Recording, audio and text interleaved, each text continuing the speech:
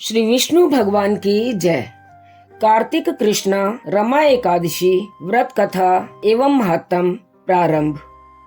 युधिष्ठिर भगवान श्री कृष्ण को प्रणाम कर कहने लगे कि हे भगवान, कार्तिक कृष्णा एकादशी का क्या नाम है और इसकी क्या विधि है, इसके करने से क्या फल प्राप्त होता है, सो आप कृपा करके विस्तार पूर्वक मुझसे कहिए। श्री कृष्ण भगवान बोले, कृष्ण पक्ष की एकादशी का नाम रमा एकादशी है।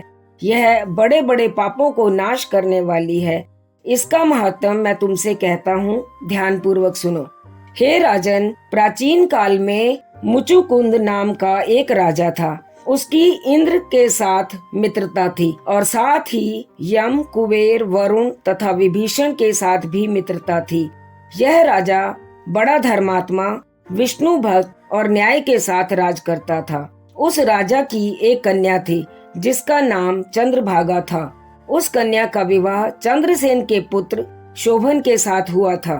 एक समय वह शोभन ससुर के घर आया। उन्हीं दिनों जल्दी ही पुण्यदायिनी रमा एकादशी भी आने वाली थी। जब व्रत का दिन समीप आ गया तो चंद्रभागा को अत्यंत सोच उत्पन्न हुआ कि मेरे पति बहुत दुर्बल हैं और मेरे पिता की आज्ञा अति कठोर है। दशमी को राजा ने ढोल बजवाकर सारे राज्य में यह घोषणा करवा दी कि एकादशी को भोजन नहीं करना चाहिए। ढोल की घोषणा सुनते ही शोभन को अत्यंत चिंता हुई और अपनी पत्नी से कहा, हे प्रिय, अब क्या करना चाहिए?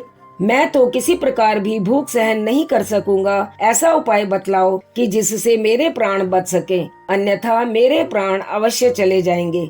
चंद्रभागा कहने लगी कि स्वामी, मेरे पिता के राज्य में एकादशी के दिन कोई भी भोजन नहीं करता। हाथी, घोड़ा, ऊंट, बिल्ली, गौ आदि भी तृण, अन्न, जल आदि ग्रहण नहीं कर सकते। फिर मनुष्य का तो कहना ही क्या है। यदि आप भोजन करना चाहते हैं तो किसी दूसरे स्थान पर चले जाइए, क्योंकि यदि आप यहाँ रहना चाहते हैं तो आपको व्रत अवश्य करना पड़ेगा। ऐसा सुनकर शोभन कहने लगा कि हे प्रिय, मैं अवश्य व्रत करूँगा।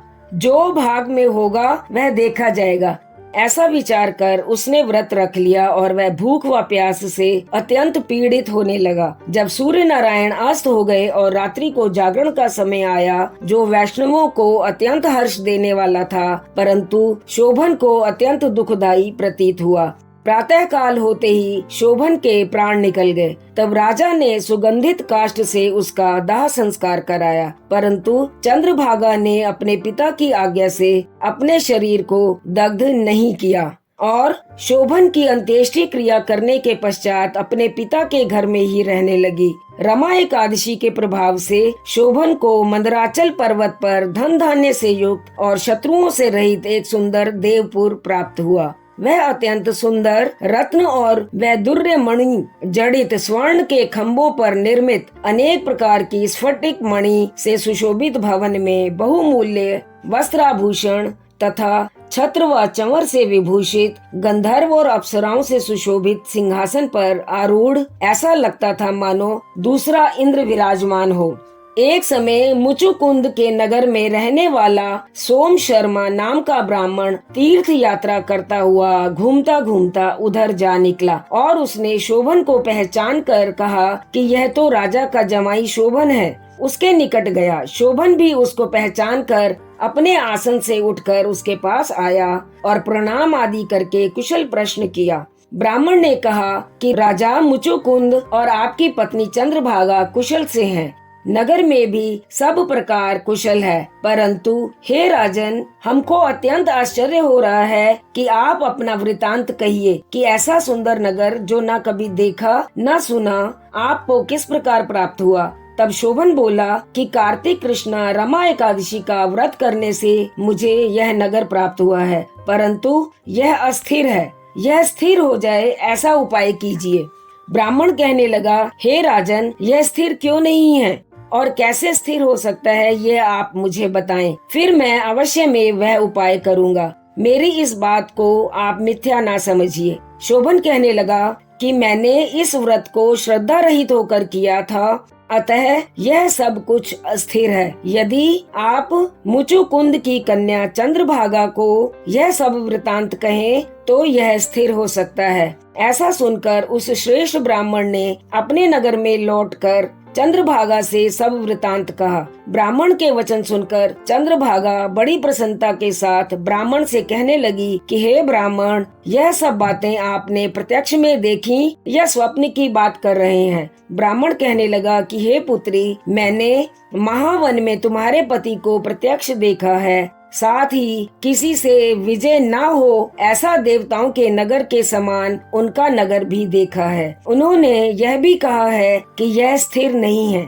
जिस प्रकार वह स्थिर रह सके सो उपाय करना चाहिए। चंद्रभागा कहने लगी, हे विप्र, तुम मुझको वहाँ पर ले चलो। मुझे पतिदेव के दर्शन की तीव्र लालसा है। मैं अपने किए हुए पुण्य से उस नगर को स्थिर बना दूंगी।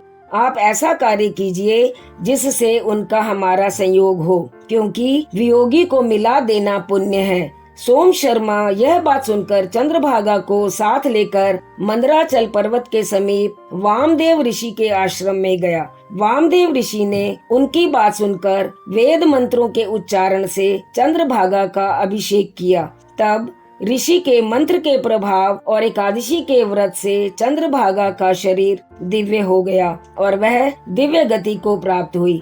इसके बाद वह बड़ी प्रसन्नता के साथ अपने पति के समीप गई। अपनी प्रिय पत्नी को आते देखकर शोभन अत्यंत प्रसन्न हुआ और उसको बुलाकर अपनी बाईं तरफ बिठाया। चंद्रभागा कहने लगी कि हे प्राणनाथ, आप मेरे पुण्य को ग्रहण कीजिए। अपने पिता के घर में जब मैं 8 वर्ष की थी तब से विधि पूर्वक एकादशी के व्रत को श्रद्धा पूर्वक करती आ रही हूँ। इस पुण्य के प्रताप से आपका यह नगर स्थिर हो जाएगा तथा समस्त कार्य पूर्ण होकर प्रलय के अंत तक रहेगा। इस प्रकार चंद्रभागा दिव्य रूप धारण कर तथा दिव्य आभूषणों और वस्त्रों से सुसज्जित होकर अपने पति के साथ रहने लगी। हे राजन, यह मैंने रमा एकादशी का महत्तम कहा है। जो मनुष्य इस व्रत को करते हैं उनके ब्रह्म हत्या इत्यादि समस्त पाप नष्ट हो जाते हैं। कृष्ण पक्ष और शुक्ल पक्ष दोनों की एकादशी समान है। इनमें कोई भेदभाव नहीं है। जो दोनों को पढ़ते अथवा सुनते हैं वे समस्त पापों से छूटकर विष्णु लोक को प्राप्त होते हैं। इति श्री कार्तिक कृष्णा रमा एकादशी व्रत कथा एवं महत्तम संपूर्ण। श्री विष्णु भगवान की जय।